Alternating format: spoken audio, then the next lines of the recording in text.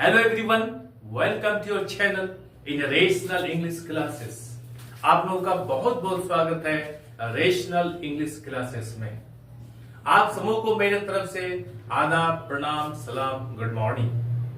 प्यारे बच्चों, आज हम लोग पढ़ेंगे रिमूव टू के बारे में। रिमूव टू क्या है, इसे क्वेश्चन कैसे पूछा जाता है, इसके बारे में हम लोग चर्चा करेंगे। रिमूव टू ट्रांसफॉर्मेशन के अंतर्गत आता है। ट्रांसफॉर्मेशन के अंतर्गत रिमूव टू वॉइस, interchange of degree, interchange of sentences आता है। आज हम लोग रिमूव टू के बारे में पढ़ेंगे।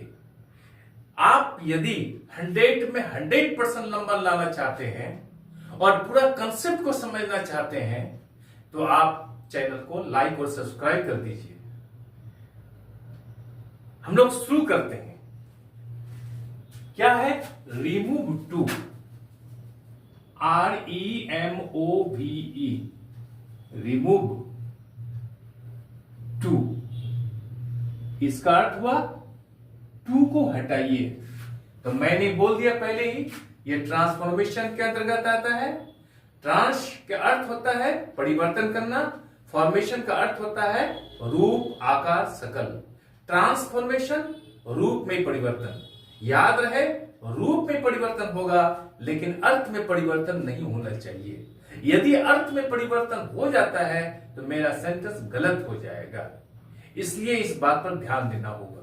तो यहां सेंटेंस में टू दिया हुआ रहेगा, यहां पर टू को हटाइए लेकिन अर्थ में परिवर्तन नहीं होना चाहिए। इसको समझने के लिए हम लोग एक उदाहरण को लेते हैं, एक एग्जाम्पल लेते हैं। हम लोग क्या लेते हैं उदाहरण? He is too weak to walk। ये आपको एग्जामिनेशन में दिया रहेगा। He is too weak to walk। यहां पर ये sentence he is too weak to walk, यहां टू दिया हुआ रहेगा, इसको हटाना है लेकिन अर्थ में परिवर्तन नहीं होना चाहिए।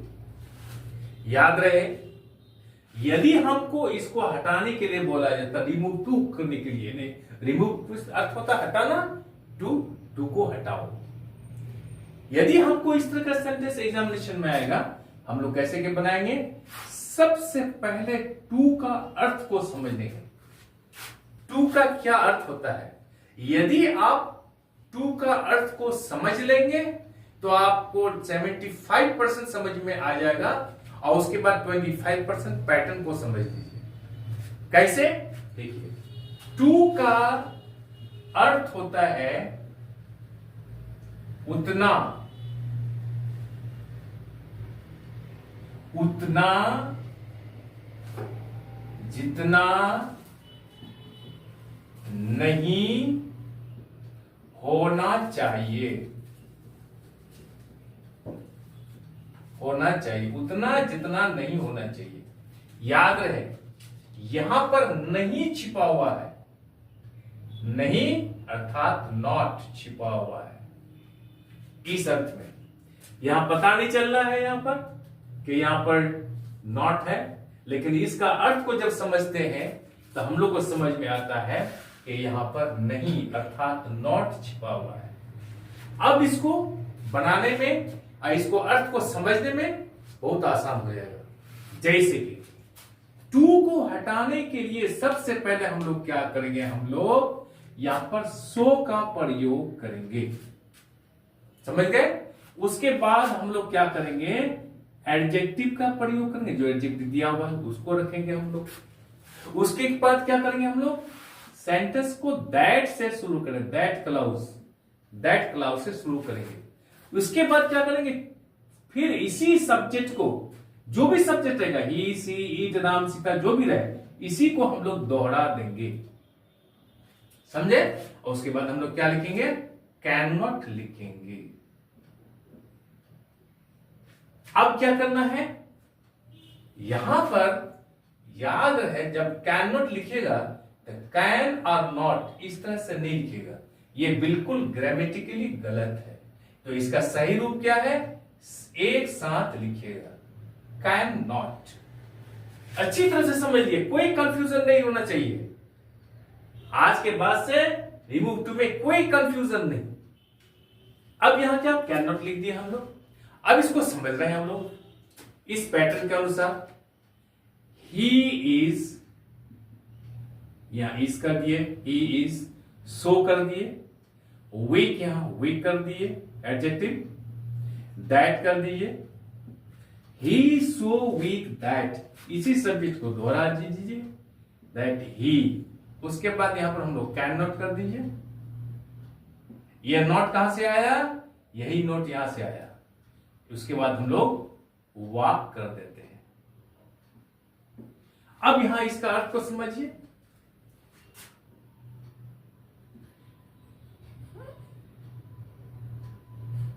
कैन नॉट वॉक, इसका समझिए। He is too weak to walk, he is वह है, टू यानी उतना कमजोर या वीक कमजोर, जितना नहीं होना चाहिए, नहीं यहां पर नहीं होना चाहिए। ठीक उसी तरह से ही इज सो वीक, वो इतना कमजोर है, दैट की वह, ही कैन नॉट वॉक, वह चल नहीं सकता है, वह टहल नहीं सकता है। समझ गए? अर्थ में परिवर्तन नहीं होना चाहिए, रूप में परिवर्तन हो गया, इसी को हम लोग कहते हैं remove to.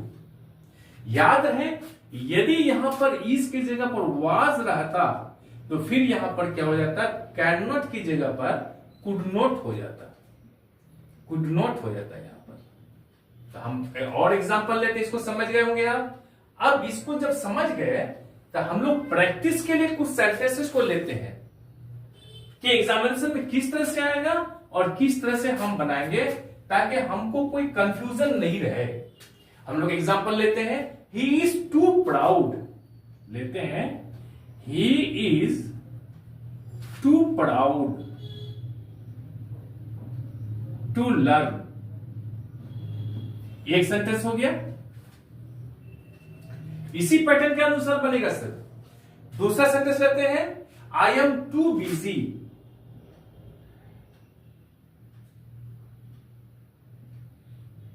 To go out, I am too busy to go out. You are too lazy. Too lazy. Lazy का अर्थ सुस्त. You are lazy. You are too lazy to walk. कि तुम चल नहीं सकते हो.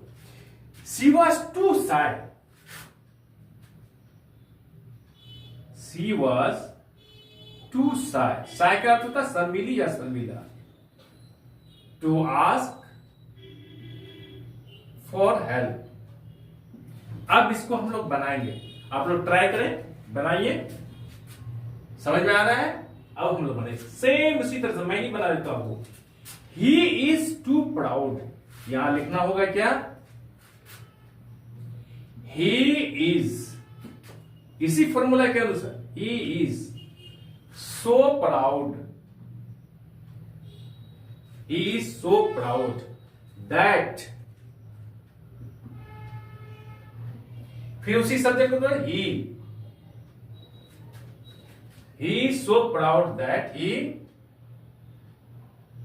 cannot learn, नहीं वो इतना घमंडी है कि वो सीख नहीं सकता है।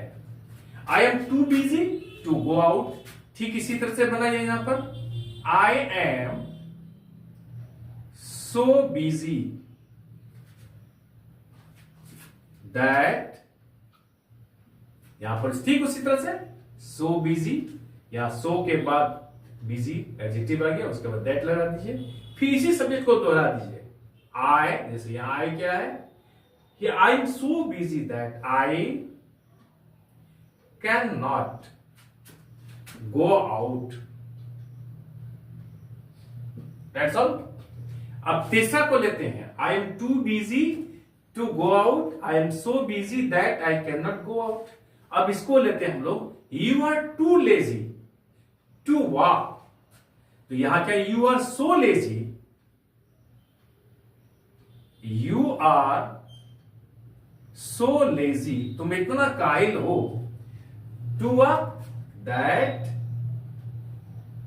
या उसी सब्जेक्ट को दोहरा दीजिए। यू है यू कैन नॉट वॉक। अब अगला सेंटेंस को लेते हैं हम लोग। सी वॉज टू साय। साय का अर्थ होता है शर्मीली या शर्मिला। सी वॉज टू साय, तो यहां हम लोग देखेंगे, यहां वॉज दिया हुआ है, वहां तो हम लोग क्या करेंगे, यहां कुड का प्रयोग करेंगे। सी वॉज टू साय, तो सी वॉज सो साय, वो इतनी शर्मीली थी, to ask for help, that she could not ask for help. She was too shy, वो इतनी शर्मीली थी, that कि she could not ask for help, वो सहायता के लिए नहीं कही। Am I clear?